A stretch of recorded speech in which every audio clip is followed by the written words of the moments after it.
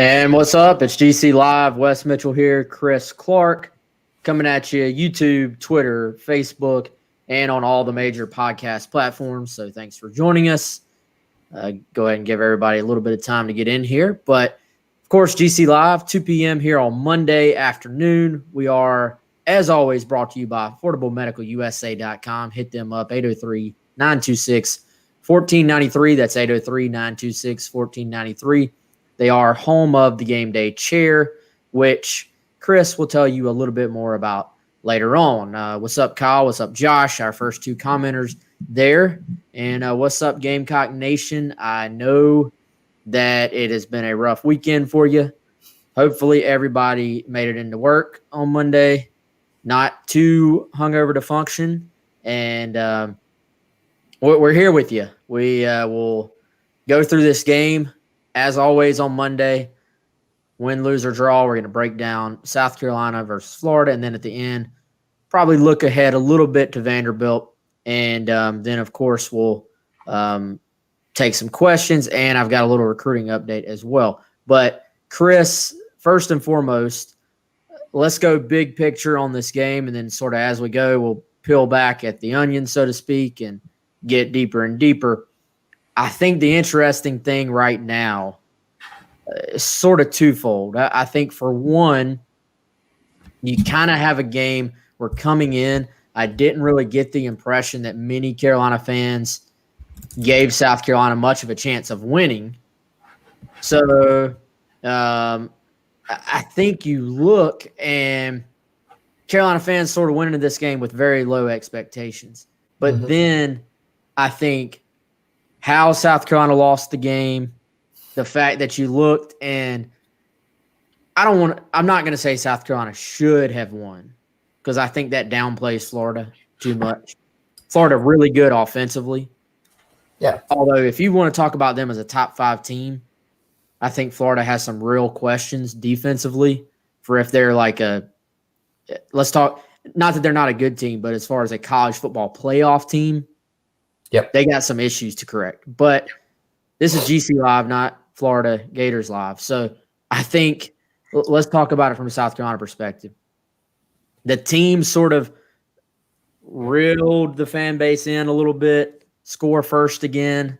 Then, it's 14-14. The sort of middle 8 does not go Carolina's way. It certainly, the end of the first half didn't go Carolina's way. Yep. Then Florida keeps scoring, right? Looks like the game is pretty much over.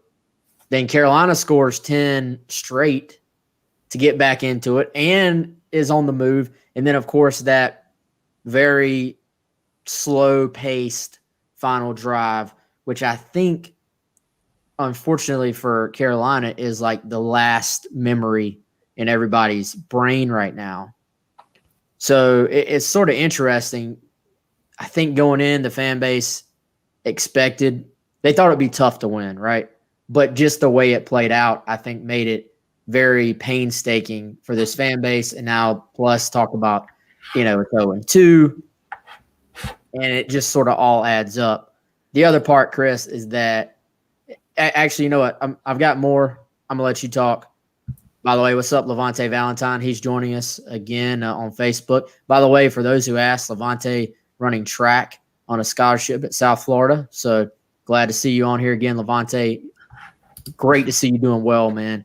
But Chris, your thoughts on what I just said, and then just your bigger, sort of initial thoughts on the game.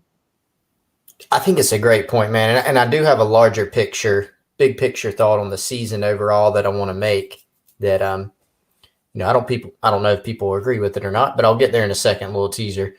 What you said about the game, I think you're exactly right. So coming into this game, I think there are a couple issues. Number one, South Carolina just lost a disappointing game to Tennessee in which too many mistakes doomed them, right? So people are already upset about that because you pile on that Tennessee game to last year's 4-8 campaign. People want to start fresh, lose that first game. You come out and have some chances in this second one, scoring first, like you said, getting reeled in, making too many mistakes. The long touchdown run by Tony is something etched in people's brains. that long drive at the end where you got a chance to score, but then you feel like if you did score, you wouldn't have left yourself in a good situation. So there's that. And really, I remember when we closed out the show, I think it was Friday, Wes, we talked about, sort of picking the game and the spread and what we thought of it. I said that you couldn't pick South Carolina, or I couldn't pick, rather, I speak for myself, South Carolina to win this game. The spread was, I think, 17.5, 18. South Carolina ended up losing by a couple touchdowns. That in and of itself isn't some huge shock. Florida's a really good team offensively, defensively. I do totally agree with you. I think they got some issues that they'll have to clean up if they're going to be a serious contender, right, in the SEC and on a national stage. But they're really good offensively. We know that. And we knew it was going to be a tough game. South Carolina wasn't favored to win the game. I don't think any fan should have said they are going to win this game. But that doesn't take away the frustration of losing the game. Gamecock fans feel like they should at least be 1-1, maybe 2-0, and nobody, including us, is sitting here saying should be happy with being 0-2 or they're almost 2-0. Nobody's saying that. It's just that what happened, I don't think was super surprising. We figured Florida would score some points. We knew South Carolina still had some offensive issues. I think just all those things sort of reared their head, with the mistakes. They did actually do some good things in terms of turnover margin, but they didn't take advantage of those as many times as they could have. And then some of the things at the end of the game when, if the game was out of hand at that point and South Carolina just sort of lost by 2 touchdowns and the clock runs out, people are still mad for sure because the team's 0-2, but just the way it ended, I think was a big deal, just like the way the Tennessee game ended was a big deal. Here's the broader point I want to make, and maybe we need to reserve this for like a later discussion after Florida. South Carolina's original schedule, right, what had them playing actually both of these teams back-to-back just in reverse order. But the Florida game was going to be on October 3rd, which it ended up being, and then Tennessee the next week on October 10th. Before that, they were going to have Coastal, East Carolina, and Missouri all at home, then at Kentucky before you go to at Florida. So they were going to have 4 games before those next 2 against Florida. So obviously we have no idea. South Carolina's not going to play Coastal or East Carolina. They're still going to play Missouri, and they're still going to play Kentucky, which is towards the end of the season. We don't know how they'll fare in those games. We don't know in a regular schedule how they would fare. But I did get to thinking about this, and that South Carolina's 0-2. The SEC schedule, obviously, it's condensed to where you don't have, call it like it is, games against, Wofford, Coastal Carolina, and East Carolina are a chance to get probably your 3 best chances on this schedule to get 3 wins. And so maybe, what if South Carolina on a regular schedule could have won against Coastal and East Carolina, could have won the Missouri game at home? Let's even say maybe you lose at Kentucky, then you play Florida and you're 3-2. Are people happy? No. But they wouldn't be at this 0-2 stage. So what I'm saying is, can South Carolina, if they can notch, they're not going to get the benefit of those first 2 games, but will they be able to turn around perception a little bit more? Is perception worse because these 2 games are at the beginning of the season? I don't know. It's something I'd like to hear maybe from the fans and from you, Wes, but it's just something I was thinking about a little bit today. Doesn't mean anybody should be happy. It's not an excuse for being 0-2. It's just a thought of what if South Carolina could have been 3-1 or 4-0 going into that Florida game. Then it's just a loss to Florida that was probably expected. I don't think anybody went into this season saying, yeah, South Carolina's probably going to be favored against Florida on the road this year, So I just thought that was an interesting sort of big picture point. Probably a little bit more than you bargained for in asking me that, but it's been on my mind this morning. And there's the inevitable stop making excuses. Yeah, Bill, I literally just said I'm not making an excuse. Absolutely nobody should be happy about being 0-2, about the defensive performance. Like I said, South Carolina could, maybe the schedule is normal, they'd be 0-4 going into the Florida game. I have no idea. Nobody is talking about the time management being good or the defense being good. Nobody's sitting here saying that. Didn't say either of those things. It was a broad point of if these games were moved, if they were in a normal schedule and there were some wins in front of them, it was a question of would the fan base feel different? I don't really know. I cover it from a different perspective. So just something that was on my mind as a general point. Yeah, and I think here's my question for the fan base as well. Do you sort of do y'all look at 2020 as a continuation of 2019?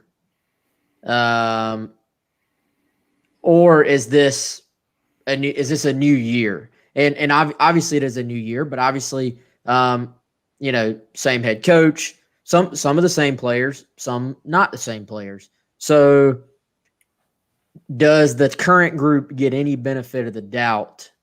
Because I think it's a different answer. If you're looking at things, obviously the trend from last year to this year down the stretch, not playing well, and then into this year, not finding ways to win a game, both games, that's a bad trend.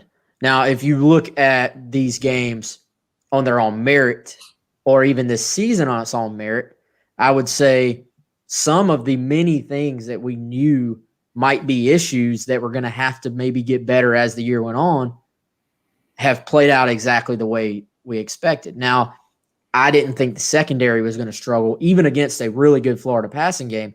I didn't think that they were going to struggle as much as they have, right?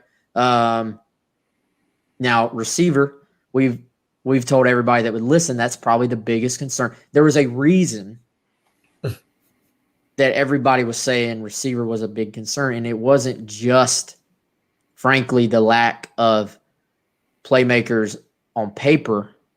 That was coming from people who are seeing what's happening as South Carolina is practicing, as they return to walkthroughs this summer, and as they're practicing this fall, and from the start of spring, to be honest with you. So there's a reason these issues were there. Well, the unfortunate thing for South Carolina at this point, Chris, is that when you look at football, most years, there's a reason the NFL has 4 tune-up games, right? They have 4 preseason games most years, is that you have to take what you have. You have to the best of your ability, put the best guys out there from what they've done against their teammates.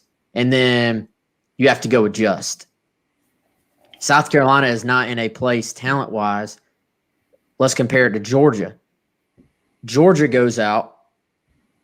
The starting quarterback that Georgia picked was probably not the best guy for them to win.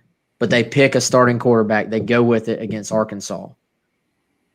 They make a change, but they're talented enough. They're way more talented than Arkansas. So they are able to make their adjustments, still win the game, and roll into Auburn feeling good and feeling comfortable. So my point being, and Brian, yes, nobody got any tune-up games. My point being, South Carolina, for whatever reason you want to put it on, they're not in a place right now as a team or a program. We've talked about the margin for error being so small. Well, when the margin for error is bigger, like with Georgia, then you have time to sort of clean up your issues and still win. Everybody wants to win while getting better. Well, unfortunately for South Carolina, especially against Florida, and then even Tennessee, talent-wise, I mean, who has more talent, South Carolina or Tennessee? I don't know. At least they're in a conversation, right? Fairly similar. Florida, and see, here's what I'm talking about. The next comment, shouldn't need a tune-up game. Literally every team that's ever played football, including NFL players, need tune-up games. And I would venture to say tackling, if I'm making a list of issues, I don't know that tackling is in my top 5 right now, because there's one play that makes tackling pop in everybody's minds, because you don't get a guy on the ground when you have 4 or 5 defenders around him. And that's more, frankly, on that play, that's more of an effort play than anything, because call it what it is, all those guys are capable of tackling this kid when they have him surrounded. So we look at this as, tackling being the biggest issue, or being a big issue, because that play stands out in our brains. I would go more secondary play, actual coverage, attacking the ball when it's in the air, knowing what to do, making that decision. Muschamp talked about this a little bit in the teleconference yesterday. Do you attack the football? Do you go for an interception? Or do you go for the offensive player and hope you can dislodge the ball, right? So some of those decisions, I mean, you look, the ball is in the air for Florida on both sides. The ball is in the air. Their receivers are making plays. Carolina's DBs in certain times were not. Then you go to the other side. Not only are Carolina's receivers not necessarily making the big plays on these 50-50 balls, but you're not even catching some of the easier ones.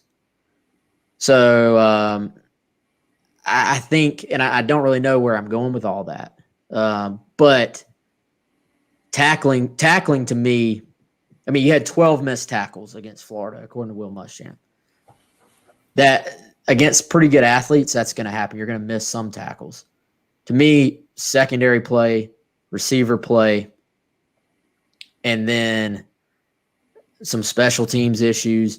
And I don't – also, Chris, I feel like there's been this common thing of people saying it's the same issues. I don't know necessarily – I think it's the same in the sense of South Carolina's making too many mistakes, but that's a very generalized big picture thing to say. If you look back late last year, the biggest issue on the team was just that the offense was not creating anything. That was the biggest issue down the stretch last year. And it wasn't that you were dropping passes. It was that receivers weren't even getting open. The offense looked down the stretch like it didn't belong on the same field.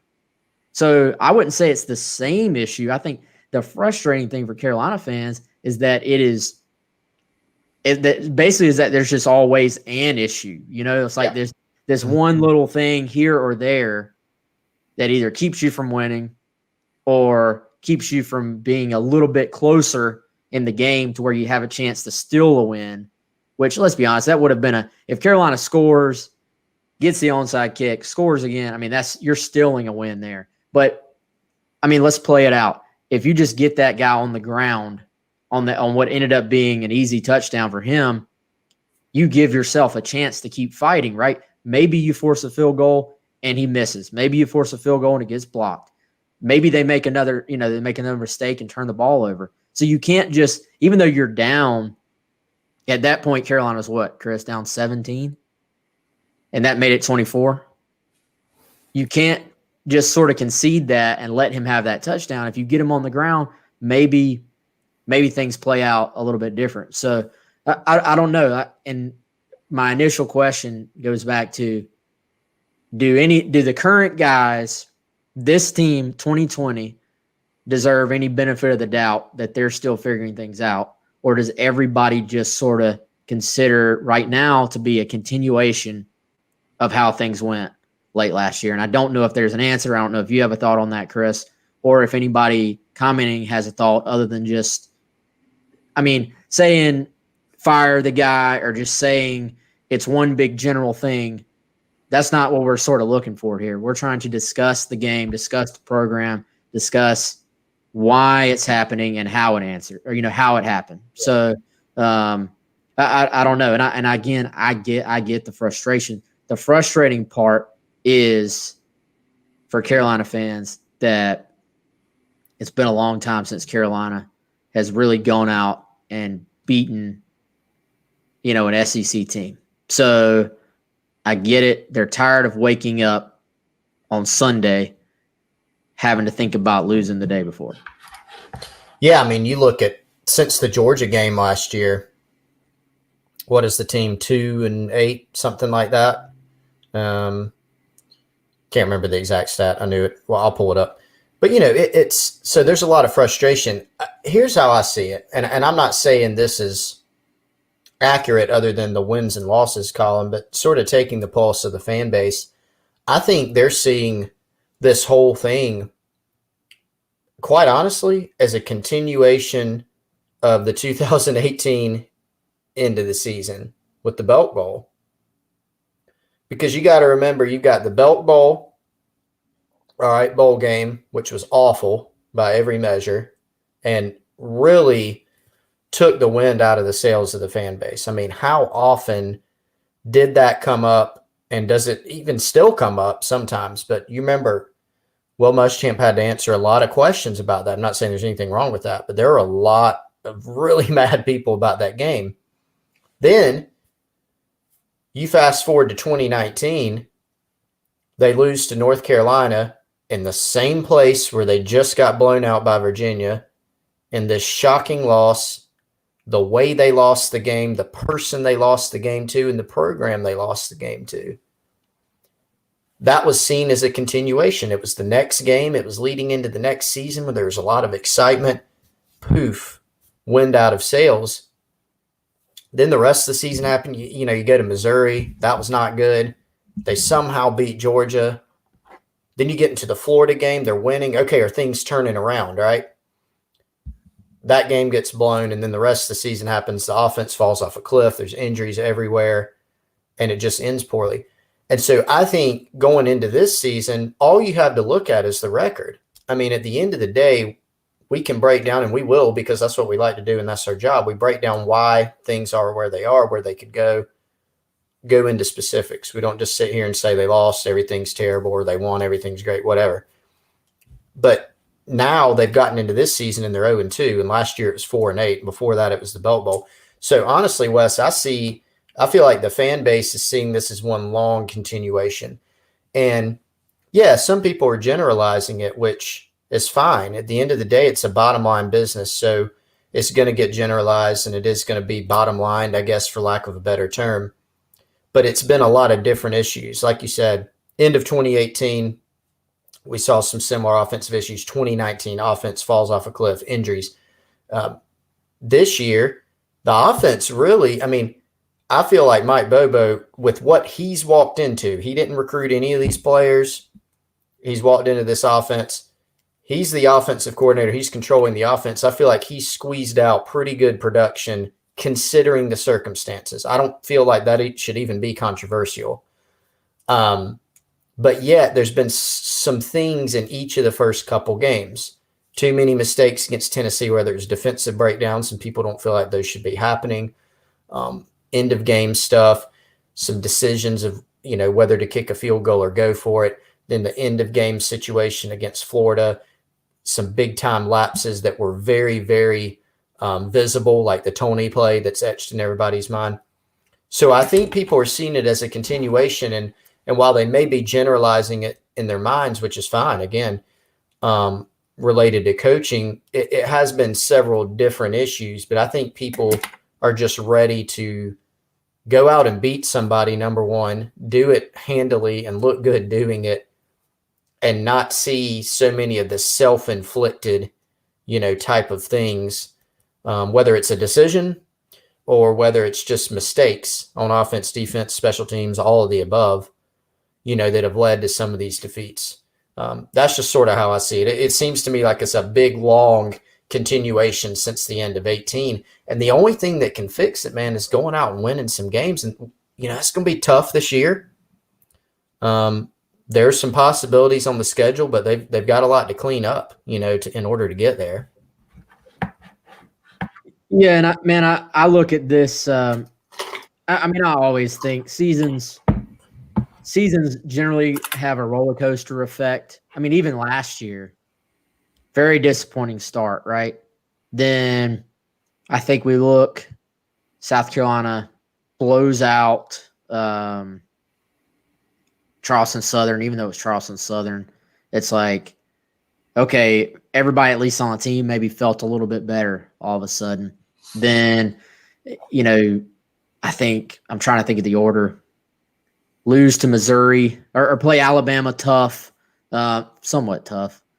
And, then things are all down. There's all the pressure in the world for Kentucky game.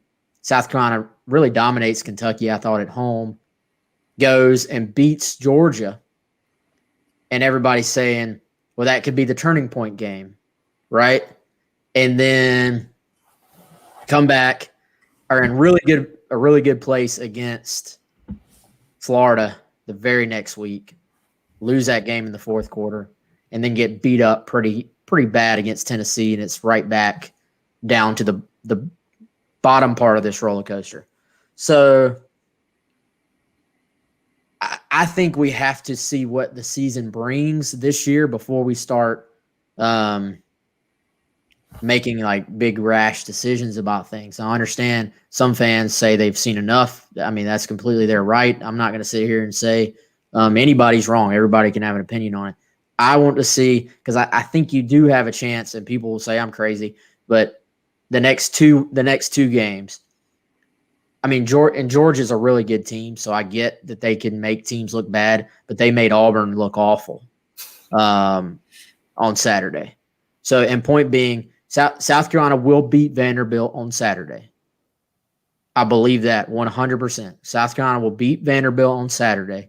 And then you have, I think, another chance for a momentum-changing type win the next week against Auburn, where you can possibly have a chance to turn things around. So, and people are sitting here saying, this guy's an idiot as I'm saying that, and that's fine. But I think the beauty of football is that we get to actually watch the games and see them play out and see what happens. So maybe it plays out the way everybody feels right now, which is everybody saying, when is South Carolina going to win a game again? Is saying, they're thinking even if they beat Vandy, where are the other wins coming? I tend to think there's part of me that still thinks this is a team that is still those few plays away, and can they find a way to find some momentum and to start making some of those plays? And there's some, doesn't it seem like some teams just have a knack for winning? And it seems almost like this team, this program, it needs something good to go its way. Yeah. To sort of lose that here we go again type feeling that maybe can permeate sometimes in close games. So we'll see. My point being, and I'm not predicting anything other than South Carolina I do think will beat Vandy, but I want to see the season just play out and see what happens and see if this team can find a rhythm at some point before I just say, let's give up on the season. Because, and frankly, I didn't even know if we were getting football this year. So I'm not going to say the season is over at any point, especially 2 games in, considering what it was like thinking there might not be any football. Well, I agree. I mean, it is awesome to have football, which is great, although people aren't as happy right now because there haven't been wins. And hopefully the people can get some at some point. But so I think going back to what I said, man, and this will sort of piggyback hopefully off what you were talking about. This seeing this as that continuation. So here's one thing I truly believe, sort of getting like psychological about it, is people see, and rightfully so, nothing wrong with it. They see the results of not the first 2 years, which were upward trend, but they see this downward trend. End of 2018, like I said, 2019, and then the beginning of this year, which is 0-2. There's not any cupcakes or, winnable games at the beginning of the year. It's boom, right into SEC play. And so they see that, and 0-2 is not just crap, off to a bad start against what we think is a good team, and then we think is a pretty good team in Florida. They see it as, okay, here we go again because of 2018. And then they say, here we go again because of what happened to Muschamp at Florida too. So we have that big body of work. And so people may be right in that it ends up the same way. I don't know. I can't predict that. On the other side of it, you have a situation like at Tennessee. Jeremy Pruitt walked in, Not that there was a ton of talent. I mean, a complete void of talent. They had some work to do, but there's some talent on that team. He walked in. He went 5-7 year one. Last year, they lost to BYU and Georgia State at the beginning of the year. And Wes, did you log on to VolQuest after those games? Yeah, I actually enjoyed that. Wow. It was absolutely insane. I mean, done. Right. Now, then they go on and they play well and they end up winning some games. And it was, I mean, they looked awful the first 2 weeks. And you consider they lost to Georgia State and BYU. Neither of those teams were all that great, not teams that Tennessee, South Carolina, anybody should lose to. Point is, that was the first 2 years. So fans are looking at it. And again, rightfully so, this isn't year 2, it's year 5. And then they have the past couple years to go off of. But they jumped right into SEC play. I think the point that you're making, that I'm making, and it's not, I think Mr. Tim said that we were sunshine pumpers. I mean, I haven't heard any sunshine pumping here. We're just sort of giving some scenarios and seeing what we see. It is a fact that South Carolina is going to play the rest of the year.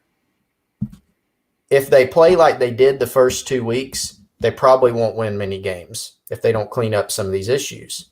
And then there'll be more conversations. What we don't know for sure is whether or not they could play better. Maybe they clean up some things. Maybe they play better. Maybe they get back to first 2 years where they're winning some games, even with some smoke and mirrors, and they end up winning a few. We just don't know that yet. The first 2 weeks were not good, but again, they jumped right into conference play. It's not sunshine pumping to say that they had 2 pretty good opponents first 2 weeks. I'm not saying they shouldn't have won one of those games or could have been in position to win both of them.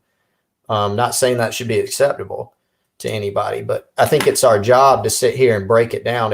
This would be a waste of everybody's time if we just got on this show and said everything sucks, burn it all down. I mean, what would be the point of that, man? There's no even discussion about everything.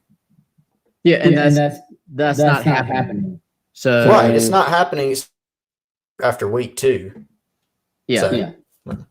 All right. If let's go into, and we're not going to avoid the final drive. I do want to talk about that at some point, but there's been a lot of discussion in the comments about the defensive backs and potential moves there. And I will say it was probably, especially with most fans not being able to travel to the games, it was probably easy to miss. But Carolina actually did start Izzy at safety with John Dixon as the starter at cornerback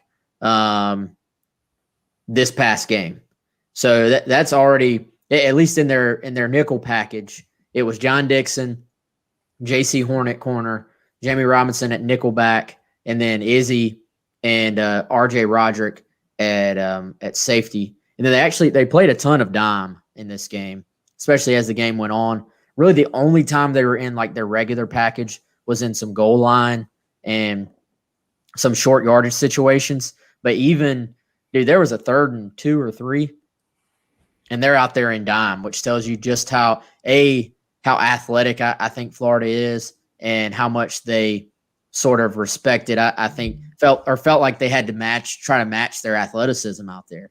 And so Jalen Dickerson was the next guy in at safety when they were in dime. So they've already, I think, made a move towards what y'all are asking for, which is playing more Johnny Dixon. And I mean, if you want to talk about a couple of bright spots from the game, I think Johnny Dixon was just that. Got called for an absolute awful defensive pass interference. He's got the right to that ball just as much as the receiver does. But I thought, Johnny played a little bit to start last year. He actually started the season opener against North Carolina. Johnny has worked hard, I think, to sort of develop more and more as a player. And I thought, to me, looked like somebody who can help this team. I sort of like it in that configuration, with Izzy at safety and, Jamie at nickel. I think you have to look at Jalen Dickerson a little bit more as the year goes on and trying to put those guys, and it's easier said than done because teams are going to get you in bad matchups from time to time. But try and do everything you can to keep those guys out of bad matchups particularly, RJ with some of their slot guys in man coverage. There are some moments there. I think you have to continue to sort of move the pieces around, if you will, in the secondary, because that's a unit that I think we all thought was going to be one of the strengths. Now they probably got, Chris, maybe their biggest test of the year this past Saturday. I mean, and here's the thing, man, football is all about matchups. Like against Vanderbilt, it's going to look like a lot of the defensive issues have been fixed, more than likely. And some of that is just going to be matchups, whereas a team like Florida can make you look like you suck on defense when part of it is just who you're matching up against. So some of this stuff, and that's why I say it sort of takes a body of work, because, when you play Florida, you're going to be, if you have weaknesses, they will be exposed defensively, especially in the secondary against a team like this. And it's when that margin for error comes back, you just take a wrong angle to a guy, he makes you pay. Maybe the Vanderbilt receiver doesn't make you pay, Mm-hmm. Yeah, you're exactly right. So that's the thing. I mean, you're going to have to be on sort of lookout. Obviously South Carolina really needs to rebound. They need to go pick up a win at Vanderbilt and play well doing it, stay healthy, try to build some confidence. But then they're going to turn around and play Auburn, which I know they scuffled a little bit against Kentucky at times, even though they won. And they definitely scuffled against Georgia, who's really, really good, especially defensively, and super fast defensively. If you guys got to watch them, they're flying around everywhere. But Auburn's got a quarterback who's capable. They got a system that can be tough to defend. They got Anthony Schwartz, who runs a 10.07 in the 100 meters. They got Seth Williams, who can moss you in a hurry. They've got Tank Bigsby. I mean, they got some guys that can hurt you, right? And so you're going to be right back to, okay, here's a challenge, after the Vanderbilt game. And so we don't want to get too far ahead, but you're going to get right back into it. You're going to play Auburn. You're going to play LSU.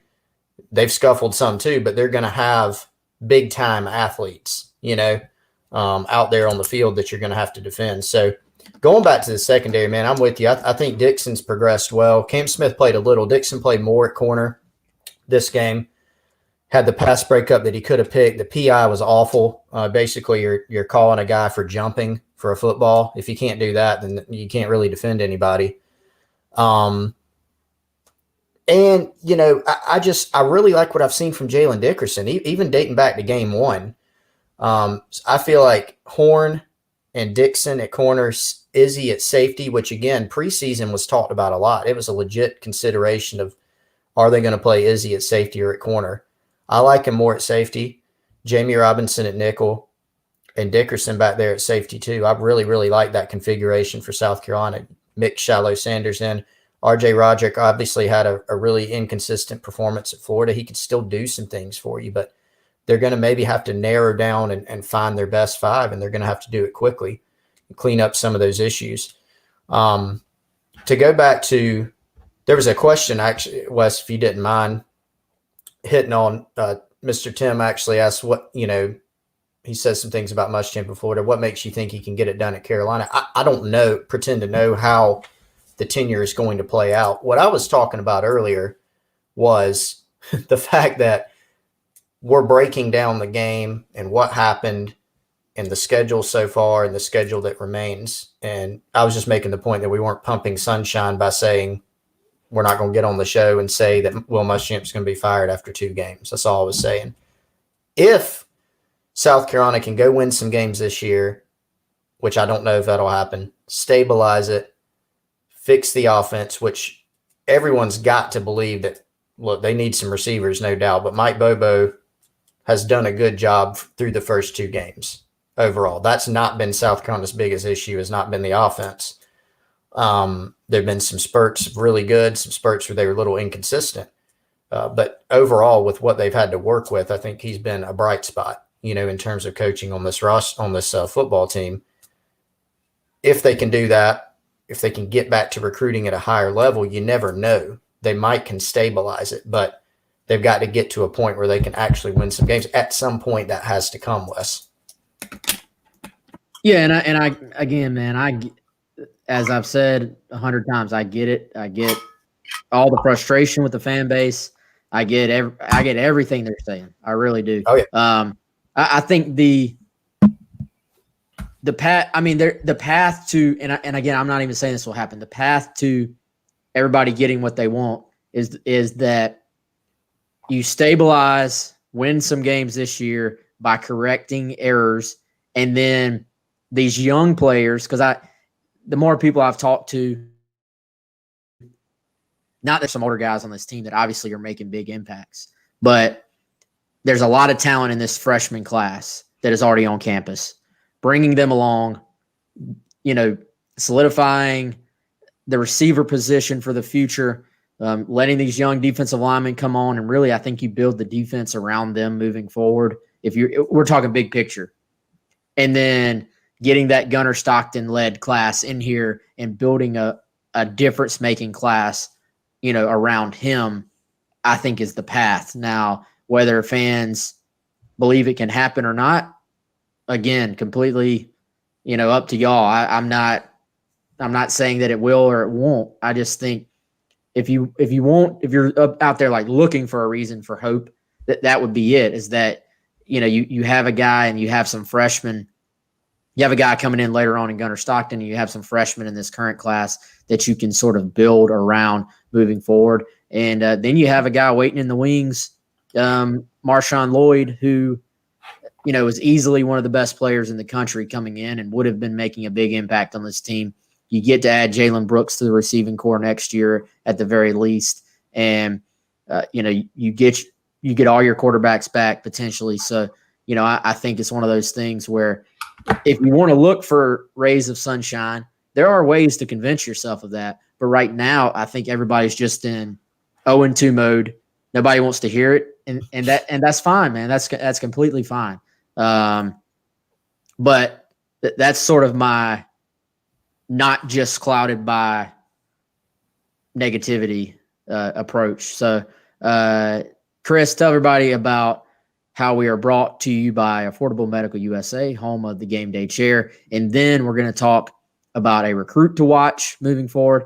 And I want to talk about Kevin Harris, because we can't go through this show without talking about him, because I think maybe the brightest spot for South Carolina on Saturday was Mr. Kevin Harris. So, Chris, tell everybody about the Game Day Chair. Yeah, the Game Day Chair. So when you're watching this show, or when you're watching what everybody here in the comments here and watching the show hopes is South Carolina getting back to their winning path on Saturday against Vanderbilt, do yourself a favor, sit in the Game Day Chair from AffordableMedicalUSA.com. You can call them, 803-926-1493. Go to AffordableMedicalUSA.com. Type in Maxi Comfort Cloud with Twilight, power pillow, lumbar support. If you're on YouTube, you see it up there in the left-hand corner.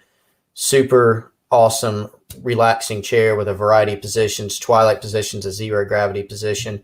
It can be your posting chair with your laptop on GamecockCentral.com on the Insiders Forum. Celebrating a win, maybe in the near future, commiserating about a loss, watching the show, talking with Wes and I. It can do anything, so make sure you check it out. We appreciate those your guys' support, and AffordableMedicalUSA.com. Yeah, come get the Game Day Chair and then sit here and call us idiots. I'm completely okay with that as long as you buy one. Jesse asked me if it has an ejector button. I don't think that's part of the standard one, but maybe you could special order one like that. We had another guy who was looking at trying to figure out how to get a mini fridge and planted underneath it. So maybe, I mean, if you throw enough money at them, they'll probably customize the thing for you. But yeah, so Kevin Harris, I got to say, man, if we're right or wrong about a guy, I like to think we'll admit, if we were right or wrong. I thought Kevin Harris was going to be a solid running back and probably a guy who could wear a team down and maybe can get you short yardage, maybe if you're in a tight game and the teams had to like get pounded on all game long, maybe Kevin's a guy who can excel in the second half. But I don't think I gave him enough credit for just the balance, the vision. Some of the runs he made where he sort of cut in an area I wasn't expecting, and we knew he had the physicality, right? But just the balance, the vision, the hands, even some explosiveness in there where he sees a hole and he cuts upfield against it, and even turning the corner, man. I think Kevin Harris is a better running back 100% than I thought he was. And I think he's probably the biggest bright spot. I thought he took the physicality to Florida. I don't think they had interest in tackling him, man. Even some plays out there on the edge where they managed to get him out of bounds and they were sort of tackling him as he was going out of bounds. You notice he never actually hit the ground. Like he just like sort of rolled off guys and is still standing up. Last week against Tennessee, that play where he sort of contorted his body and his knee barely went down, but the strength, the play I'm talking about where he like spun and was on one foot and basically did it's like doing a pistol squat in the gym where you're on one knee and you go down and then you push yourself up with just not on one knee, but on one foot, and you push yourself up. He does this in pads while getting hit. I mean, I think you got to give your hats off to Kevin Harris. If you're going to call out a bright spot in this game, and, he deserves it. I think so. I've seen several people say shades of Mike Davis, if you want to talk about some Carolina runners to sort of compare him to. I sort of get that. He's got the little spin move, right? I thought, and not necessarily that we're saying Kevin is quite here yet, but I thought sort of the way he glides a little bit, for me, there were actually some shades of old Demetrius Summers back in the day at Carolina when it looked like, to me, it never looked like Summers was running fast, but he just would glide around the edge. Harris still doesn't look very fast, but he's been able to turn the corner, on two SEC defenses. So maybe he's a little bit faster on the field than he just appears, with the eye test. So I think hats off to Kevin Harris. Ran hard. Didn't even look like he was breaking a sweat at times. Got to be happy with him if you're a Carolina fan. Yeah, I mean his emergence. Marshawn Lloyd's absence created such a huge question, and the run game appears to have grown. If we talk about areas of regression, perfectly great to talk about that stuff because it's important to analyzing what's gone wrong the past 2 weeks. But areas of progression, you feel like second half of Tennessee and then entire Florida game for the most part, Harris and Deshaun Fenwick played really well, especially Kevin Harris. And you're right, he has football speed. He's not going to go break off a bunch of 80-yard runs against SEC defenses, but he's going to move the chains, and he created some explosive plays.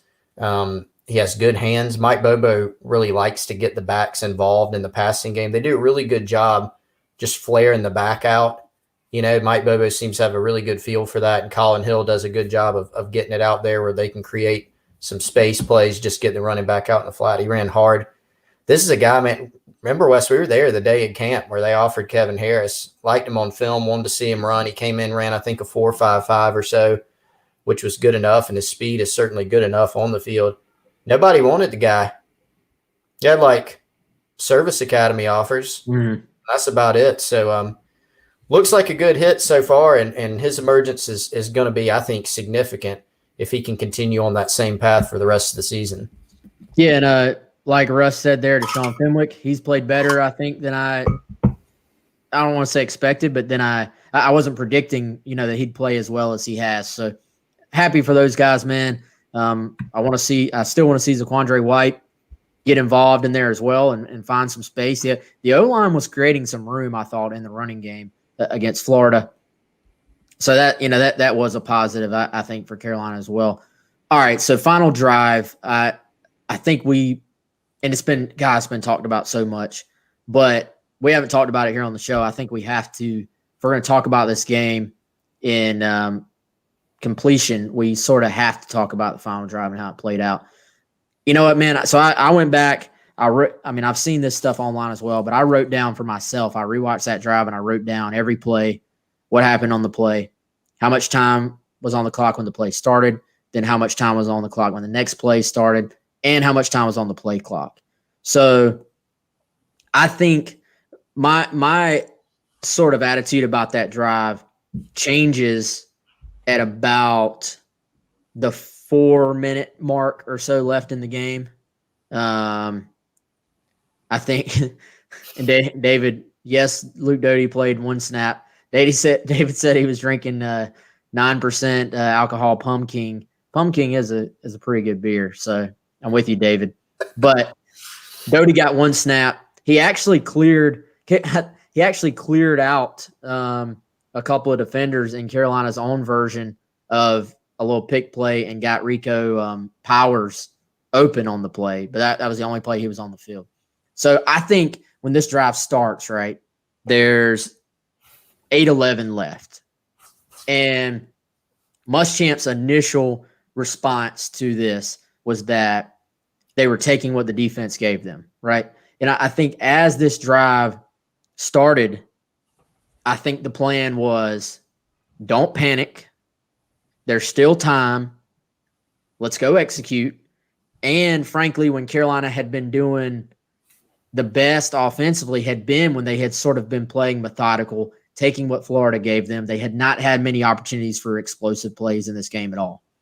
So they stuck to that, right? And so, like, first play is a hitch to Rico Powers. Positive play, creates a second and makeable, etc.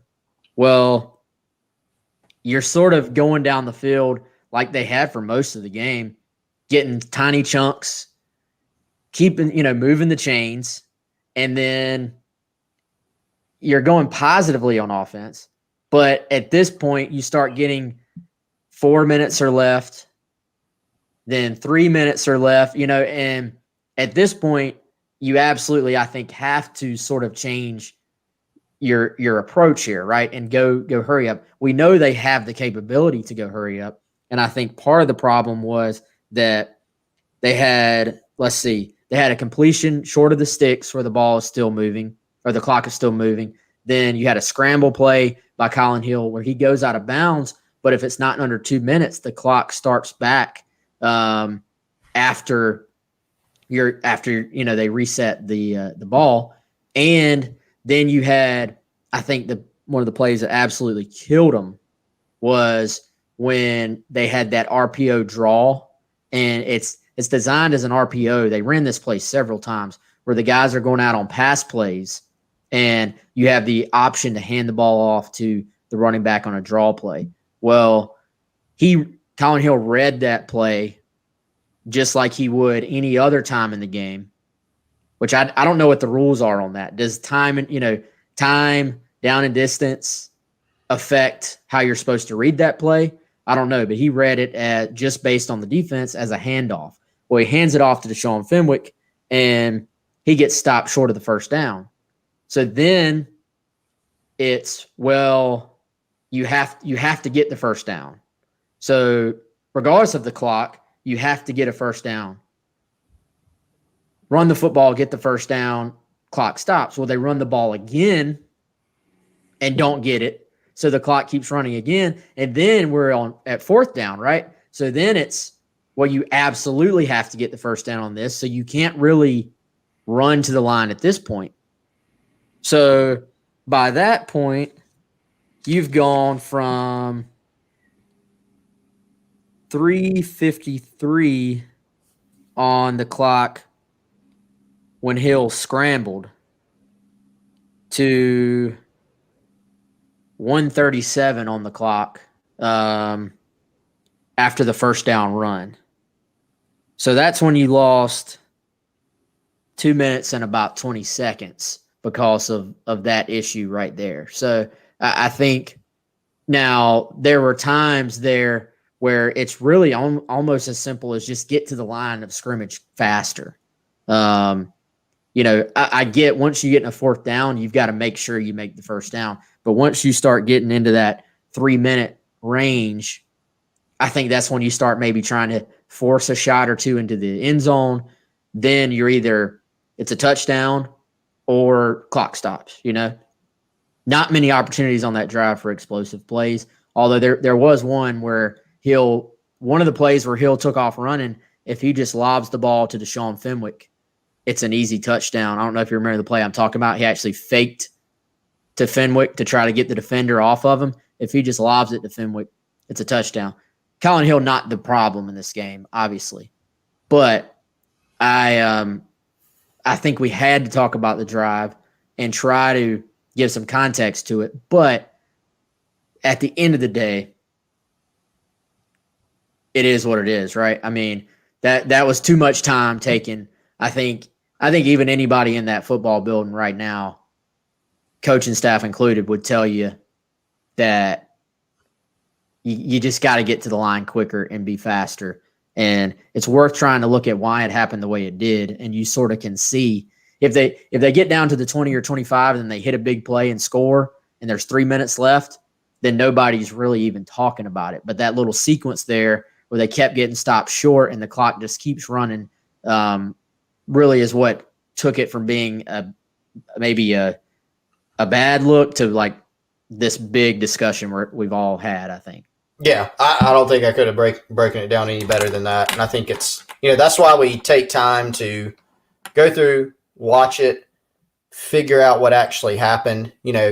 Nobody, I don't think there was any design of, there's 8 minutes left on the clock. Let's go down and milk off 7 minutes off the clock and try to score one touchdown. No, but it did sort of become midway through that or so, just like you broke down, Wes, with the exact times, the exact plays there. It became a situation where eventually it got to the point where things started going awry from a time standpoint, from a play standpoint. And you're right, it would have been, even if South Carolina scored there, would have been extremely difficult to where they sort of had to shift their thinking. And so obviously it's easy to say, should have gone faster, should have huddled. Probably so, and an explosive play or two there could have made the difference. But they did get into some situations where you have to get a first down and then they're not going fast enough. So tough deal, but good breakdown there. And yeah, I don't really have a whole lot more to add as far as the end of the game scenario there. I think obviously it was part of the story of the game because with 8 minutes left, down 2 touchdowns, you're moving the ball. You do still have a chance to win, right? I mean, and then the clock issues begin and then you don't really have as much of a chance to win. I think some of the other things earlier in the game were probably even bigger in terms of how South Carolina dug that hole, offensively and defensively. Yep. All right. So got a little bit of tape here for you guys. Like I said, we're going to talk a little bit of recruiting here. Chris, this is Rodarius Thomas. Have you watched this film before? Yeah, I was actually just watching him today. A kid to watch. South Carolina just offered him last week and has sort of quickly gone to the top of his list. And Rodarius actually told us on Rivals that he's going to potentially be deciding soon, maybe even this week. Gamecocks in great shape here. But what are your thoughts here, man? He's listed at 6'1", I think, on some of the stuff online, but actually talked to Chad Simmons, who was over there today or yesterday, and he said that the kid's probably closer to a legit 6'2", closing in on 6'3", very well put together. I would say not a burner, but kind of a jump ball receiver. Guy who can make some things happen, is on a pretty talented receiving core with his team. But what were your thoughts on this Rodarius Thomas film? So obviously South Carolina's got to recruit some guys, at the receiver position, which we've seen, which we told people going into this season. And we've seen that play out, Wes, maybe even more than we thought, right? And so they have a few athletes already in this class that are projected to play receiver, but they're continuing to search. And so Thomas is, I think, a really interesting guy. Like you said, that was the first thing that jumped out to me, not only watching him on film, but just seeing him. He is put together well. He's got height.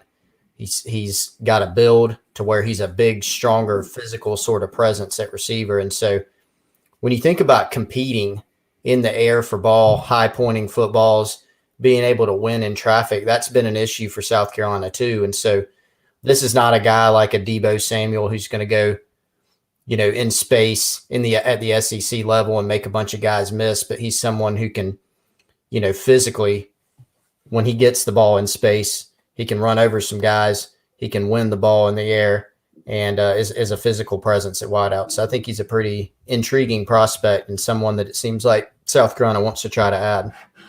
Yeah, so keep an eye on Rodarius Thomas. Potentially could be making a decision here in the next week or so, and it is a guy that I think South Carolina is in really good shape with here. You see the film there. I've got a story up with him on Gamecock Central if you're a subscriber, and you can see more of the film there as well.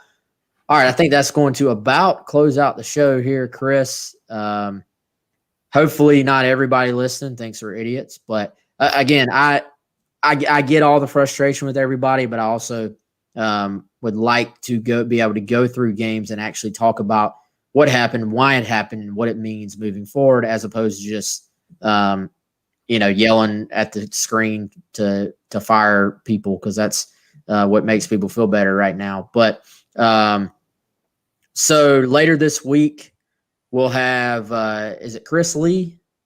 Yep. VandySports.com. That's right. He will be on Thursday to help us break. We're going to try to do that every week. We'll have somebody that covers the opponent to talk about them.